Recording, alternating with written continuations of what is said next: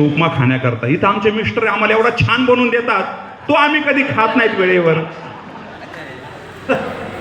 त्या मोकळ्या मनाने हसायला लागल्या, मला काही करायला तयार नाही नेमकं काय. खरं समजू का मग?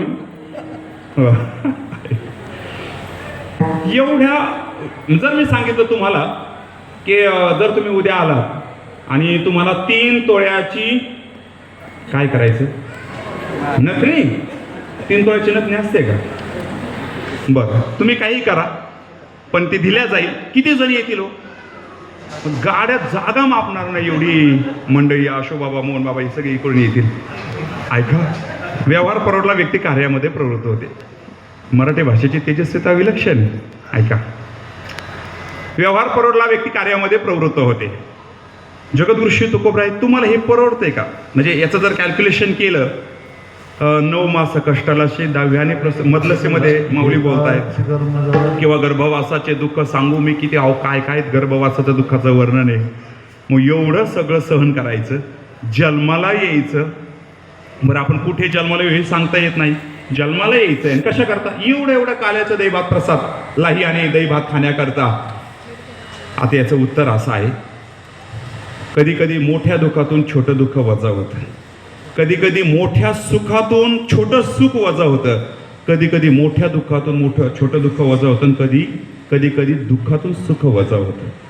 4 मुद्दे तुमच्या समोर ते मांडलेत, पण माझा सगळ्यात मोठा मुद्दा आहे, मोठ्या सुखातून छोटं दुःख वजा होतं. वास्तविक विचार केला की काल्याचा प्रसाद जो देवादिकांना दुर्मिळ आहे, काल्याचा प्रसाद सेवन करण्याकरता देव माशाच्या रूपामध्ये आले, त्यांना तो प्रसाद मिळाला नाही. म्हणजे इतका देव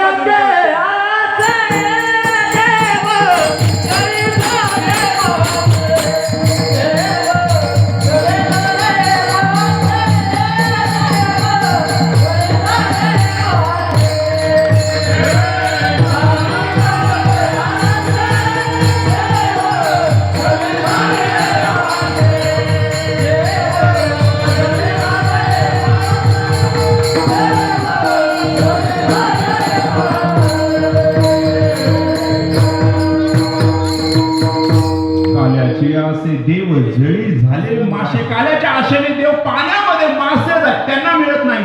म्हणजे तो प्रसाद अत्यंत दुर्लभ आहे, दुर्मिळ आहे. ऐका, चला पुढे. जो वैकुंठामध्ये नाही, खरोखर नाहीये, कारण ती दिव्यता तिथं नाहीये आणि म्हणून ती मृत्यू लोकांमध्ये आहे. म्हणून तो काल्याचा प्रसाद तुम्हाला दिसताना काल्याचा प्रसाद छोटा दिसतोय.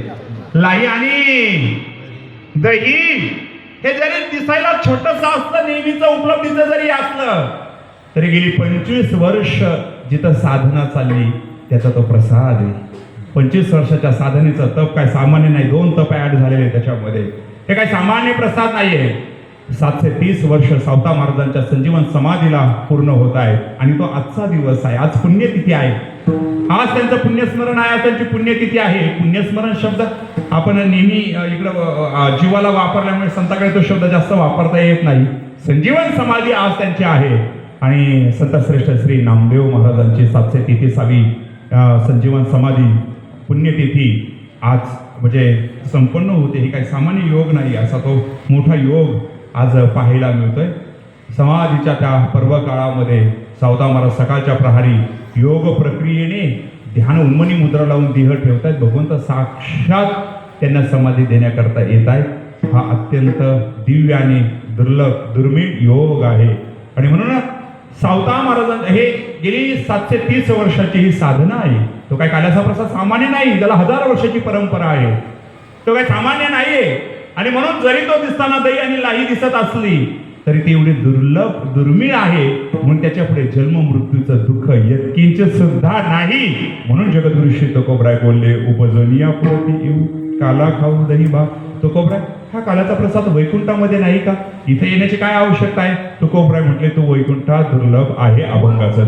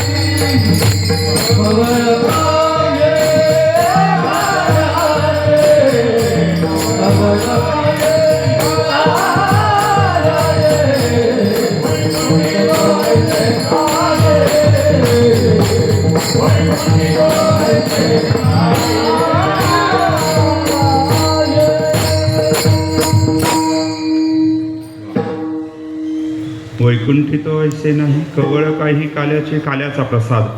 वैकुंठाधिक लोकांमध्ये अत्यंत दुर्लभ आहे, दुर्मिळ आहे. वैकुंठामध्ये तो काल्याचा प्रसाद नाही, म्हणून आम्ही भूतलावरती येतो. वैकुंठ शब्दाचे दोन अर्थ आहेत. वैकुंठामध्ये काय नाही, वैकुंठामध्ये एक अवस्था आहे. वैकुंठामध्ये काहीच नाही. भूतलावरती सगळ्या गोष्टी आहेत. काल्याचा प्रसाद आहे, भगवद्भक्तीचा आनंद आहे, व्यावहारिक जीवन आहे. चमत्कार करणं इथंच आहे, तिकडे नाही चमत्कार. चमत्कार माहिती आहेत ना तुम्हाला? चमत्कार मला पण एक चमत्कार करता येतो. गव्हाच्या पिठापासून चांदी बनवता येते. हो, मला चमत्कार करता येतो. त्याचे पण मंत्र आहेत, मी तुम्हाला जाता जाता सांगून देईन. मला थोडेसे कणिक मिळेल का? 2च मिनिटामध्ये मी लगेच चमत्कार करून दाखवतो. एकनाथ महाराज द्या बरं. तसे बागायतदार लोक इकडे गरज नाही चमत्काराची, पण 2 मिनिटामध्ये, कारण मी काला शब्दावरती बोलतोय, दुसऱ्या चरणावरती आहे. जास्त दिले म्हणजे यांना जास्त चांदीची अपेक्षा दिसते. मातावर्ग सगळ्यांनी लक्षात घ्या, फार लक्ष देऊन ऐका. सगळं कीर्तन विसरलं तरी चालेल, पण आता चांदी विसरायची नाही. तुम्हाला अडचण आली आर्थिक, तर चांदी काय सध्या खूप महाग आहे. आणि नक्कीच ती दिवे फक्त एक 11 वेळा तो मंत्र म्हणायचा.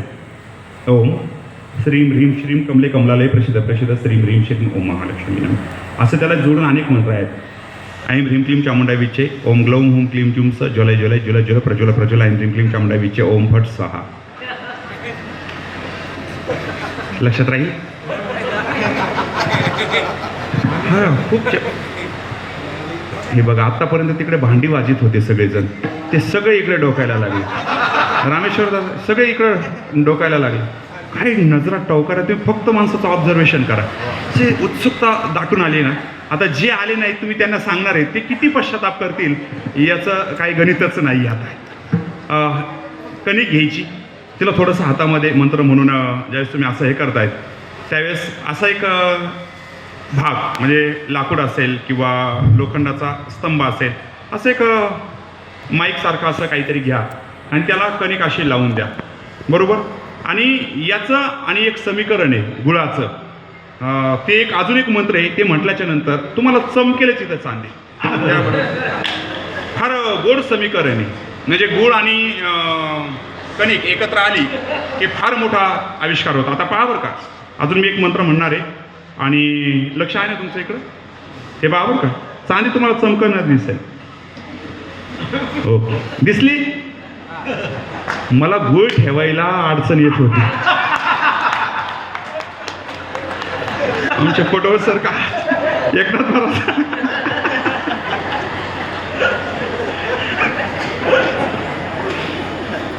वा वा वा, दिसली ना चांदी तुम्हाला? रात्रीपासून मला जी अडचण होती की गुळ ठेवताच येत नव्हता, ते माईक सर तो इथं गुळ ठेवायची व्यवस्थाच नाही. कुठे गुळ ठेवावा, कुठे गुळ ठेवावा, मध्ये तरी गुळ खायला लागतोय, पण जागा नव्हती. मानलं पण तुम्हाला महाराज, एवढा वेळ झालाय मी भगवान श्रीकृष्णाचा काला सांगतोय, भगवद्गीता सांगतोय, माझा घसा कोरडा पडला, घाम निघला, पण तुम्ही काय फ्रेश होत नव्हते. चमत्कार म्हटल्याच्या नंतर काय फुलले, बापरे. दादा सगळ्यांना खरं वाटलं. नरे अरे बाबा, चांदी तयार आहे बरं का, रेडी आहे. ऐका, असायची पंगत पर एवढी विलक्षणता. आता तुम्ही एवढे खळखळून हसले, हा आनंद वैकुंठात आहे का? बस इथं मृत्यू लोकातच, इथं रडणं आहे, इथं हसणं आहे, सुखदुःखाचे हेले झोले सगळे मानवी जीवनामध्ये खूप सुंदर पद्धतीने आहेत. भगवान श्रीकृष्णांची संतांची सेवा करण्याचं सद्भाग्य वैकुंठात नाही आहे, खरंच नाही आहे. देवाची सेवा करण्याचं सद्भाग्य तिथं अवस्था आहे. हो, एक वैकुंठ शब्दाचा 2 अर्थ आहेत. विगत हा कोणता आहे? ते वैकुंठ म्हणजे यम, नियम, आसन, प्राणायाम, प्रत्याहार, धारणा, ध्यान आणि 8व्या अंगाला समाधी आहे. समाधी अवस्थेत गेल्याच्या नंतर तिथं एक अशा अवस्था आहे का तिथं काहीच नाही, तिथं मी नाही, माझं नाही, काहीच नाही, मौनाची भाषणे नाही जे. मग हा आनंद, भक्तीचा आनंद द्वैतमध्ये आहे. म्हणजे नको ब्रह्मज्ञान आत्मस्थिती भाव मी भक्त तू देव ऐसे करी. देव भक्त होण्यामध्ये हा भक्तीचा दिव्य आनंद आहे, हा काल्याचा दिव्य आनंद आहे. पण ती भक्ती सुद्धा ना आम्हाला ज्ञानोत्तर प्रेम विलक्षण भक्ती पाहिजे. कळणं अगोदर नंतर प्रेम. मुलाला जर कळालंच नाही की ही माझी आई आहे, तर कोणत्या बाईला आई म्हणेल? पहिलं कळावं लागतं ही माझी आई आहे. तसं भगवंत सचित आनंद हे कळावं लागतं. मी सचित आनंद आहे हे कळावं लागतं. मी आत्मतत्व आहे हे कळावं लागतं. त्यानंतर जी होते ती भक्ती आहे. ज्ञानेश्वरीमध्ये 12व्या अध्यायात माऊली सांगतात, ही विश्वाचे माझे घर अशी आणि किंबहुना चराचर आपण. पुढे काय? याहीवरी पार्था माझे भजने असता. तुम्हाला हे विश्व मी आहे कळावं लागतं, मग माझे भजने असतात तेव्हा ते भजन गोड लागतं. आणि म्हणून तो आनंद फक्त मृत्यू लोकामध्ये असल्यामुळे जगद्गुरु श्री तुकोबराय बोलले, वैकुंठी तो ऐसे नाही कबळ काही काल्याचा घास वैकुंठामध्ये नाही. तो काल्याचा घास कसा घ्यायचा कसा द्यायचा? जगद्गुरु श्री तुकोबराय बोलले, तो कसाही दिला जात नाही, कसाही घेतला जात नाही.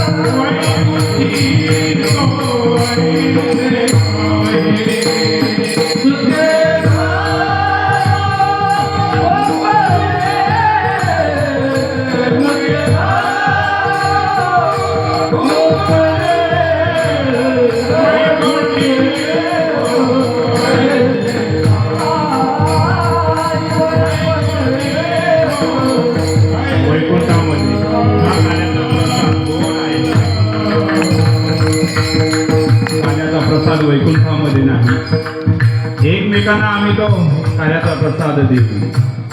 जगद्गुरु श्री संत तुकाराम महाराजांची वाणी किती गोड आहे. भगवान श्रीकृष्णाने जगात दिलेला समतेचा संदेश किती विलक्षण आहे ऐका. म्हणून आम्हाला भगवान श्रीकृष्ण आदर्श का वाटतात? भगवान श्रीकृष्णाचं जीवन एक उच्च लेवलचं आहे. भगवान श्रीकृष्णाचं जीवन समजून घेणं म्हणजे महत्भाग्याची गोष्ट आहे. आपलं दुर्भाग्य हे आहे की आपण भगवान श्रीकृष्ण वेगळ्या पद्धतीने रंगवले. गोकुळामध्ये ज्यावेळेस भगवान श्रीकृष्ण अवतीर्ण होत आहेत, मथुरेमध्ये गोकुळामध्ये जात आहेत, वृंदावनामध्ये सगळ्या क्रीडा करतायत. भगवान श्रीकृष्णाच्या बारशेच्या दिवशी म्हणजे 12व्या दिवशी अनया गवळ्याची पत्नी राधा ही 23 वर्षाची आहे. 23 वर्षाची राधा आणि 12 दिवसाचे भगवान श्रीकृष्ण काय रंगवलंय हो. त्यांचं प्रेम प्रकरण होऊ शकेल? ते प्रेम कोणतं आहे महाराज? ते देव आणि भक्ताचं प्रेम, ते उंचीला जाणं ही काय सामान्य गोष्टी आहे का? ते वैश्विक प्रेम आहे का? व्यवहारामध्ये जसं प्रियकर प्रियसी जवळ, ते प्रेम थोडं आहे होते. भगवान श्रीकृष्णाला बदनाम करण्याकरता बाहेरचे तर टपलेलेच आहेत, पण जेवढं भगवान श्रीकृष्णाला आपल्या लोकांनी जेवढं बदनाम केलं ना तेवढं दुसरं कोणी केलं नाही हो. काय रंगवलं. राधा आणि कृष्णाला आम्ही देवता म्हणून मंदिरामध्ये स्थापित केले. त्यांचं प्रेम किती तेजस्वी, किती विलक्षण आहे. आपला धर्म नष्ट करण्याकरता बाहेरचे लोक तर टपलेलेच आहेत, पण आपण सुद्धा बेजबाबदार आहोत. एक सनातनी असण्याची कोणती ओळख आपल्याकडे आहे हो? आपण का कधी गंध लावतो? आपण का कधी एखादा हातामध्ये धागा बांधतो? सनातनी असल्याची काय ओळख? कधी शेंडी आहे, कधी जानवा आहे आपल्याकडे? त्या मौजी बंधनाचं एवढं वाटोळं करून टाकलं. मी उत्तर देणार नाही, पण प्रश्न टाकून जाणार आहे. विधाते साहेब, तुम्ही नाशिकवरून आला. अहो, मौजी बंधन एवढं महत्वाचं आहे. ज्या मौजी बंधनाकरता ज्ञानोबारायांच्या आई आणि वडिलांनी देहांत प्रायश्चित्त घेतलं. काय गरज होती ते मौजी बंधना करता देहांत प्रायश्चित्ताला जाण्याची? नाही आळंदीमध्ये राहू देता आम्ही पंढरपूरला जाऊन राहू, नाही पंढरपूरला आम्ही नाशिकमध्ये येऊन राहू, पण देहांत प्रायश्चित्तात छोट्या छोट्या 1 वर्षाच्या त्या चिमुरड्या मुक्ताबाईला सोडून आईवडिलांना जावं लागतंय. कशा करता? मौजी बंधना कर. मग ते मौजी बंधन कुठं हरवलंय? उत्तर तुम्ही शोधा. मी प्रश्न ठेवलाय. जर ते एवढंच महत्वाचं असेल तर ते कुठं गायब झालं? अशोक महाराज कुठं होते? केवढी परिस्थिती शेभय. ऐका, ठीक आहे, आपला धर्म किती ग्रेट आहे. चंद्रग्रहण आणि सूर्यग्रहण हे नासाला विचारा कधी आहे. कधी नासाला 1 महिना जवळ येऊ द्यावं लागतं ग्रहण, आणि अरबो खरबो रुपये खर्च करून सॅटेलाइटच्या माध्यमातून नासाने सांगितलेला ग्रहणाचा टाइम, नासाने सांगितलेला ग्रहणाचा मध्यकाळ, नासाने सांगितलेला ग्रहणाचा मोक्ष काळ ऑलरेडी तोच ॲक्युरेट टाइम 1 वर्ष अगोदर केवळ 20 रुपयाच्या कॅलेंडर मध्ये लिहून ठेवणारा जगातला सगळ्यात सायंटिफिक धर्म कोणता असेल तर तो माझा वैदिक सत्य सनातन हिंदू धर्म हा विश्वातला सगळ्यात ग्रेट धर्म आहे. विश्वातला सगळ्यात ग्रेट धर्म आहे. आम्ही गंध लावतो, हे काय धार्मिकतेचं लक्षण आहे का? हो नाही. ऐका, कुंकू लावल्याच्या नंतर वाईट नजर आपल्याकडे येत नाही, कारण महिलांना शनीचा शाप आहे, त्यांना नजर लवकर लागते. म्हणून ती नजर लागू नये याकरिता कुंकू लावलं पाहिजे. आपल्या बॉडीतली जी पॉझिटिव्ह एनर्जी आहे, सकारात्मक दैवी शक्ती आहे, ती नष्ट होऊ नये, बाहेर जाऊ नये याकरता हळद लावली पाहिजे. म्हणून आपल्या परंपरेमध्ये हळदी आणि कुंकू आलं. दुर्भाग्य असं आमचं आहे, आम्ही हळदही टाकली, आम्ही कुंकूही टाकलं, अहो आम्ही मंगळसूत्र फेकलं. अजून काय पाहिजे? कोणाच्या? त्या फडतूस लोकांच्या नादी लागून, पाश्चात्य लोकांच्या नादी लागून, ज्या लोकांना वागण्याची अक्कल नाहीये, ज्या लोकांकडे आचरण नाहीये, फडतूस महिलेसारखं वागणं, आणि ते आमची येणारी पिढी जर आत्मसात करत. लांछन आहे हिंदू धर्मात आपण जन्माला आलोय, लांछन आहे आपल्याला, आणि याचा सगळ्यात मोठा रास माता वर्गाकडून व्हायला लागलाय. आणि म्हणून तुम्हाला तुमच्या मुलीला जर संस्कृती शिकवता येत नसेल, तुमच्या मुलाला जर योग्य संस्कार देता येत नसतील, आई आणि बाबा म्हणण्याची जर दिव्यता तुम्हाला शिकवता येत नसेल, तर मम्मी आणि पप्पा, डॅड, बॉडीला म्हणतात डॅड, मम्मी म्हणजे तिकडे बॉडीला मम्मी म्हणतात, जे जमिनीत पुरल्या जाते ते मम्मी तुम्ही म्हणून घ्यावं. लांछन आहे तुमच्या जीवनाला. आपल्या लेकराला आपल्याला जर आई आणि बाबा शिकवता येत नाही, लांछन आहे तुमच्या जीवनाला, लांछन आहे. ज्या कुळात तुम्ही जन्माला आलात, ज्या कुळामध्ये आपण जन्माला, ज्या परंपरेत आपण जन्माला आलोय, रडत असतील भगवान श्रीकृष्ण, वाईट वाटत असेल माझ्या छत्रपती शिवाजी महाराजांना, वाईट वाटत असेल माझ्या छत्रपती शंभू राजांना, की याच्याकरता का मी 40 दिवसाचं बलिदान दिलं, याच्याकरता का मी हे हिंदवी स्वराज्य निर्माण केलं. छत्रपती शिवरायांचं जीवन, छत्रपती शंभू राजांचं जीवन काय सामान्य होतं का महाराज? कशाकरिता? तुमचा गंध टिकवण्याकरता त्यांनी जर बलिदान दिलंय तर आपण आवर्जून गंध लावला पाहिजे. आपण आपल्या धर्माचा तेजस्वीतेने अंगीकार केला पाहिजे. अहो कधीतरी आयुष्यात एकदा धोतर घाला, कधीतरी आयुष्यामध्ये एकदा नेहरू शर्ट घाला, स्वाभिमानाने टोपी घाला, स्वाभिमानाने गंध लावा, नऊवारी साडी घाला, डोक्यावरून पदर घ्या, मोठं कुंकू लावा. हो लाजू नका. फंक्शन साठी करू नका, रिअल साठी करू नका, रील साठी करू नका, रिअल साठी लावा, रिअल साठी संस्कृती जतन करा. एक दिवस भगवंत तुम्हाला भेटल्याशिवाय राहणार नाही, एवढी ताकद माझ्या भारतीय संस्कृतीमध्ये, हिंदू धर्म परंपरेमध्ये आहे. जो धर्म जगात ग्रेट आहे, फक्त आपल्या मूर्खपणामुळे आज आपल्याला हिंदू राष्ट्र करता येईना, आपल्या वेडेपणामुळे आज आपली जगावरती छाप पडेना. अहो महासत्ता असणारा भारत देश, 4.5 लाख गुरुकुल भगवद्गीता शिकवण्याकरता भारत देशात होते. या नतद्रष्टा इंग्रजांनी येऊन इंडियन एज्युकेशन ऍक्ट नावाचा कायदा पारित करून सगळे गुरुकुल नष्ट केले, आणि नाही ते विचारधारा आमच्याकडे सोडून गेल्या. ज्या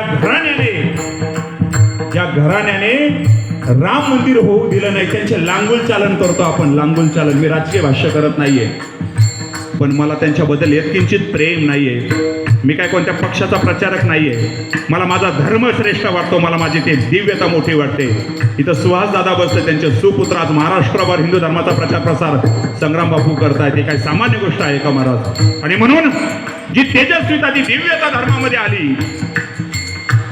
जाऊ दे, आता गायवाला आलाय, आपला चायवाला आलाय, ते एवढा बदल झालाय, अजून गायवाला बाकी आहे.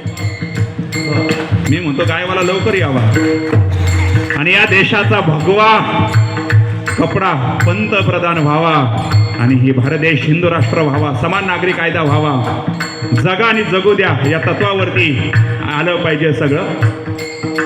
फाळणी करून आम्ही काय साध्य केलं? फाळणी हिंदू मुस्लिम तत्वावरती, मग आम्ही काय साध्य केलं? हिंदू राष्ट्र नाही करता आलं, भगवद्गीता सिलेबस मध्ये नाही. आज बाहेरच्या राष्ट्राने 40 देशातील 254 युनिव्हर्सिटीमध्ये भगवद्गीता सिलेबस मध्ये कोर्स मध्ये ऍड आहे आणि आम्ही भगवान श्रीकृष्णाची फिलॉसॉफी भगवद्गीता कोर्टमध्ये ठेवली. हो, कोर्टमध्ये. काय दुर्दैव असेल या भारतभूमीचं, कोर्टामध्ये भगवद्गीता. माझं म्हणणं आहे कोर्टातून भगवद्गीता बाहेर काढा, कोर्स मध्ये ऍड करा. तुम्हाला कोर्स स्थापन करायची गरजच पडणार नाही, एवढी तेजस्विता भगवद्गीतेच्या दिव्य तत्वांना.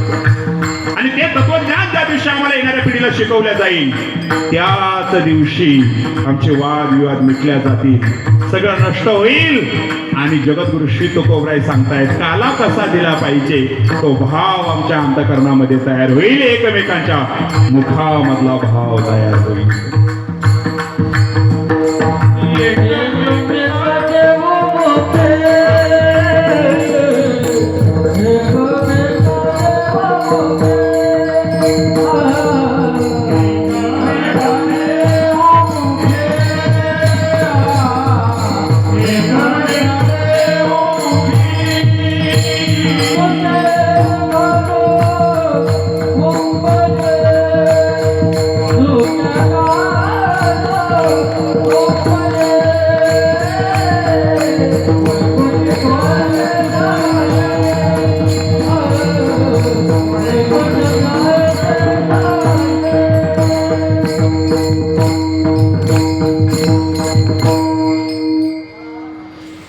तिसऱ्या चरणामध्ये तुकोबराय किती विलक्षण तत्वज्ञान सांगतात. मातावर्ग, तुमच्या बंधूसारखा आहे मी, तुम्हाला हात दंडवत प्रणिपात करून माफी मागतो जर जास्त माझ्याकडून काही तुम्हाला बोलण्यात गेलं असेल तर. पण भारतीय संस्कृती नष्ट करू नका. ज्या संस्कृतीतील स्त्री नष्ट झाली त्या संस्कृतीला नष्ट व्हायला वेळ लागत नाही. इतिहास अवलोकन करून पहा, ही गोष्ट सामान्य नाही. आम्ही बांगड्या घालतो, इथे ॲक्युप्रेशर पॉईंट आहेत, गर्भाशयाचे ॲक्युप्रेशर पॉईंट हाताच्या मनगटामध्ये आहेत, म्हणून जी माता बांगडी वापरते तिचं बाळ सुदृढ जन्माला येतं. जी माता 64 ग्राम चांदी पायात वापरते, जी माता, माझे शब्द लक्षात घ्या, जी माता 64 ग्राम चांदी पायात, 64 ग्राम चांदी पायात कडे वापरते, चाळ वापरते, त्या मातेचं सिझरिंग कधी होत नाही. आज डॉक्टरकडे गेलं की फाडलंच, डॉक्टरची चुकी नाही. पण आपण चांदी वापरत नाही. चांदी का वापरायची? चांदीवरती चंद्राची ताकद आहे. ज्योतिषशास्त्र सांगतं चांदीवरती चंद्राची ताकद आहे आणि चंद्र आणि स्त्रीचं कनेक्शन आहे. कारण चंद्राचं पृथ्वीभोवती फिरणं हे 28 दिवसाचं आहे. 14 दिवसाची रात्र पौर्णिमा आपलं दिवस आणि 14 दिवसाची रात्र अमावस्या, हे 28 दिवसाचं सर्कल आहे आणि यांचं सुद्धा मासिक सर्कल 28 दिवसाचं आहे. मी माझ्या बोलण्याचा गैरअर्थ करू नका, मी आयुर्वेदाच्या अनुषंगाने बोलतोय. मग माझं म्हणणं असं आहे, नासाने ज्यावेळी चंद्रावरती गेले, माती घेऊन आले, पाण्यात खलवली आणि पाण्यात खलवल्याच्या नंतर पाण्यात जे घटक सापडले तेच घटक आईच्या गर्भाशयामध्ये सापडले. मग नासा थक्क झालं, अमेरिका थक्क झाली की भारतीय लोकांना हजारो वर्षापासून कसं माहिती होतं की स्त्रियांना चंद्राचे उपवास करायचे, करवाचे उतरवत, जाळीतून चंद्र बघायचा, नवऱ्याचा चेहरा पाहायचा, मग आरती करायची पौर्णिमा चतुर्थी लावायची, मग हे सगळं करायचं का? तुम्हाला चंद्राचे उपवास का सांगितले? कारण तुमचं कनेक्शन चंद्रग्रहाशी आहे आणि यांचं कनेक्शन म्हणजे आपलं कनेक्शन सूर्याशी आहे. म्हणून आपण सूर्य उपासना आणि इकडे चंद्र उपासना केली पाहिजे. हे ज्योतिषशास्त्रातला केवढा निर्वाह आहे. आणि चंद्रातली सगळ्यात मोठी ताकद, चंद्राची सगळ्यात मोठी ताकद ही चांदीमध्ये आहे. म्हणून स्त्रीने चांदी आवर्जून वापरली पाहिजे. चंद्रबल प्रबल होते. चंद्रबल काय करतं? चंद्रबल निर्णय क्षमता वाढवतं. कीर्तनाला जायचंय, 9 वाजल्यापासून निर्णय चाललाय, साडी कोणती घालू, 100 आहेत समोर, 10 वाजले तरी निर्णय होत नाही. त्यांनी चांदी आवर्जून वापरत चला. जेवढे हसल्या, मला माहिती आहे ना तुम्ही लेट का झाल्या. चंद्रबल. आणि म्हणून पुरुषांकडे सोन्याचं काहीतरी असलं पाहिजे. सोन्याचं कारण आपल्याला सुवर्ण स्नान होतं. हे पाणी आपल्या बॉडीवर गेलं पाहिजे म्हणून आपल्या गळ्यात हातामध्ये अंगठी आवर्जून असावी, चांदी आपलं सोनं आवर्जून असावं. तुमच्याकडे सोनं वरचा भाग पित्ताचा, खालचा भाग वाताचा आहे. चांदी वाताला कंट्रोल करते म्हणून पायामध्ये चांदी, वरती गळ्यात सोनं का पित्त कंट्रोल होतं म्हणून कारण जर तुमच्याकडे वात पित्त कंट्रोल नसेल तर बाळामध्ये जर ते आलं तर त्याच्या पुढची पिढी वीक होईल. म्हणून हे तुम्हाला सगळ्या गोष्टी सांगितलेल्या आहेत. अहो मोकळे केस मी मला वाटतं सांगितलं की नाही मला कल्पना नाही, पण महिलेने केस मोकळे ठेवून झोपायचं नाही. का? केस मोकळे ठेवले की रात्री जर लाईट बंद असेल, अंधारा असेल आणि त्यात जर अमावस्या आली आणि केस जर मोकळे असले, कारण अमावस्याला रात्री भूतप्रेत फिरतात, त्यांचेही केस मोकळे असतात आणि यांचेही केस मोकळे दिसले की त्यांना वाटतं हे आमच्याच.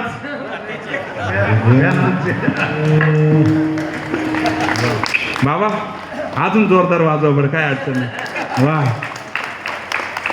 ऐका हे अहो इतकं व्यवस्थित आहे. घरामध्ये कोणते दारामध्ये कोणते झाडं असावेत, कोणते वृक्ष नसावेत, काटेरी वनस्पती ज्योतिषशास्त्र एवढं ग्रेट आहे. घरात कोणत्या दिशेकडे तोंड करून झोपावं, म्हणजे दिशा पूर्वेकडे सदैव डोकं असलं पाहिजे झोपताना आणि दक्षिणेकडे डोकं असलं पाहिजे. जर तुम्ही दक्षिणेकडे पाय करून झोपलात का तुमचा 10वा आणि 13वा एकाच दिवशी म्हणजे लवकर होईल असं मला म्हणायचं. म्हणजे दक्षिणेकडे जर पाऊल करून झोपलं की माणसाला डिप्रेशन जाणवतं, उदासपणा जाणवतं, नैराश्य जाणवतं. म्हणून साऊथकडे पाय करून कधी झोपायचं नाही. साऊथकडे पाय फक्त आपल्या अंत्यविधीच्या वेळेस त्याच वेळेस एकदा करतात, पुन्हा साऊथकडे हे नाही केलं जात. ऐका, आणि म्हणून साऊथकडे पाय करून झोपायचं नाही आणि पूर्वेकडे पाय करून झोपायचं नाही. कारण पृथ्वी 33 अंशाने कल्याणी, तिच्या ऊर्जाशी आपल्याला कनेक्ट राहायचं असेल तर या सगळ्या गोष्टी आहेत. गंध का लावायचा? नजर लागते. नजर कोणाची लागते? ज्यांची डोहाळे जेवण पूर्ण नाहीये. 16 संस्कारामध्ये डोहाळे. अहो डोहाळे तर फंक्शनच झालं. डोहाळे का साजरे करायचे हे अजूनही आमच्या लोकांना कळायला तयार नाही. त्या मुलाची नजर लागते, मुलीची नजर लागते. नजर ते जर म्हटले ना अथर्व महाराज खूप छान पापात वाजवतात, दुसऱ्या दिवशी तुम्हाला बोलच आठवणार नाही. ज्यांचे डोहाळे पूर्ण नाहीत त्यांची नजर लागते, ते जर म्हणले एकनाथ महाराज तुमची तब्येत छान आहे, दुसऱ्या दिवशी तुम्ही आजारीच पडले पाहिजे.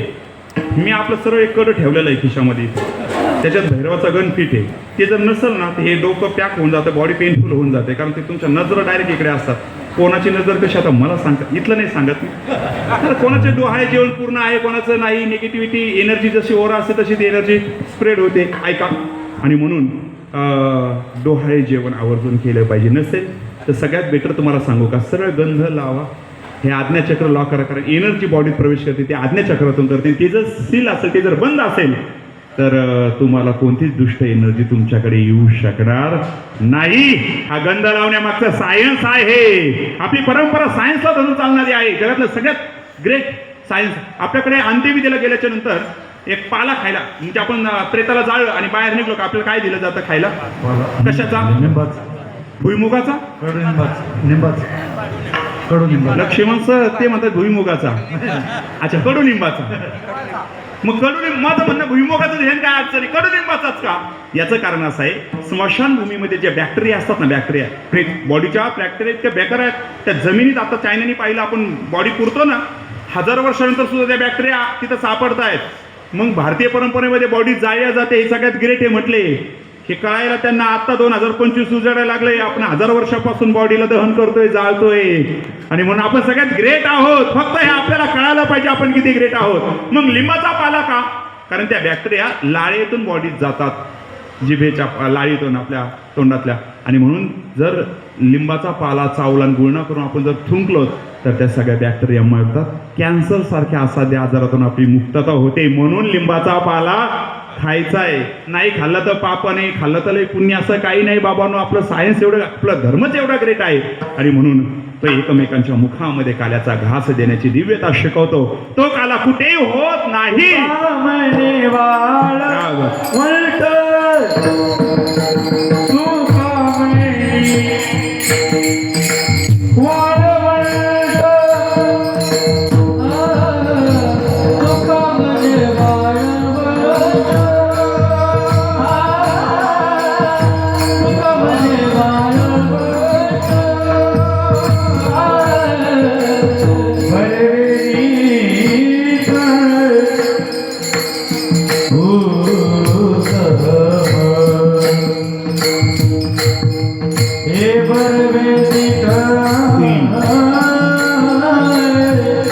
विशेषणाने युक्त आहे वाळवंट.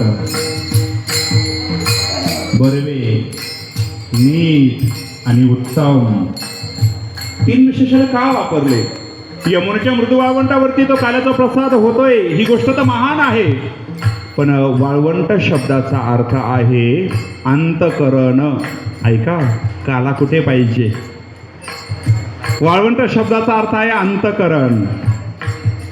ते अंतकरण 3 विशेषणाने युक्त पाहिजे: बर्वे, नीट आणि उत्तम. बर्वे म्हणण्यामध्ये अंतकरणामध्ये काम, क्रोध, लोभ, मद, मत्सर, दंभ, अहंकार नसलं पाहिजे. बर्वे नीट म्हणण्यामध्ये त्याच्यामध्ये दैवी शक्ती पाहिजे, आणि उत्तम म्हणण्यामध्ये मल, विक्षेप आणि आवरण दोष रहित असलं पाहिजे. तर त्या अंतकरणामध्ये काला होतो, जे अंतकरण या विशेषणाने युक्त आहे. अंतकरण म्हणजे वाळवंट. पण आपल्या परंपरेमध्ये काले 3 आहेत. एक, दही भाताचा खिचडी काला. उपजून यापुढे ते येऊ, काला खाऊ दही भात, हा एक काला. दुसरा काला आहे हरिनामाचा खिचडी काला. हरिनामाचा काला आहे 2. तिसरा काला आहे ब्रह्मज्ञानाचा काला. तुका म्हणे काला आणि कोठे अभेद देखील, जेथे अभेद आहे तिथे ब्रह्मज्ञान आहे. याला म्हणायचंय अभेदाचा काला. म्हणजे मी आत्मतत्व आहे हे जाणणं हा अभेदाचा काला आहे. मी भगवंताचा भक्त आहे हे जाणणं हरिनामाचा काला आहे. आणि दही भाताचा खिचडी काला. काले 3 आहेत वारकरी परंपरेमध्ये. काले 3 आहेत वारकरी परंपरेमध्ये. काले 3.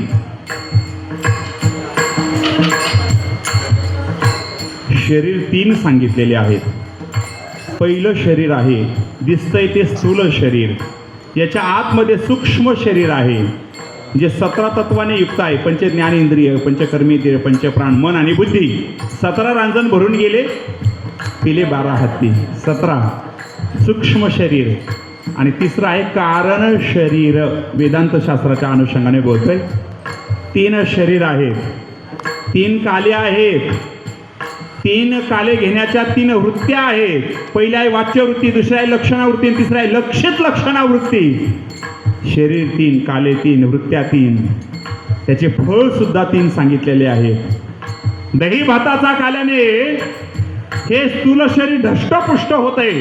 रोज तुम्ही 1 किलो दही खाणं, पहा तुमचं शरीर कसं होतंय ते.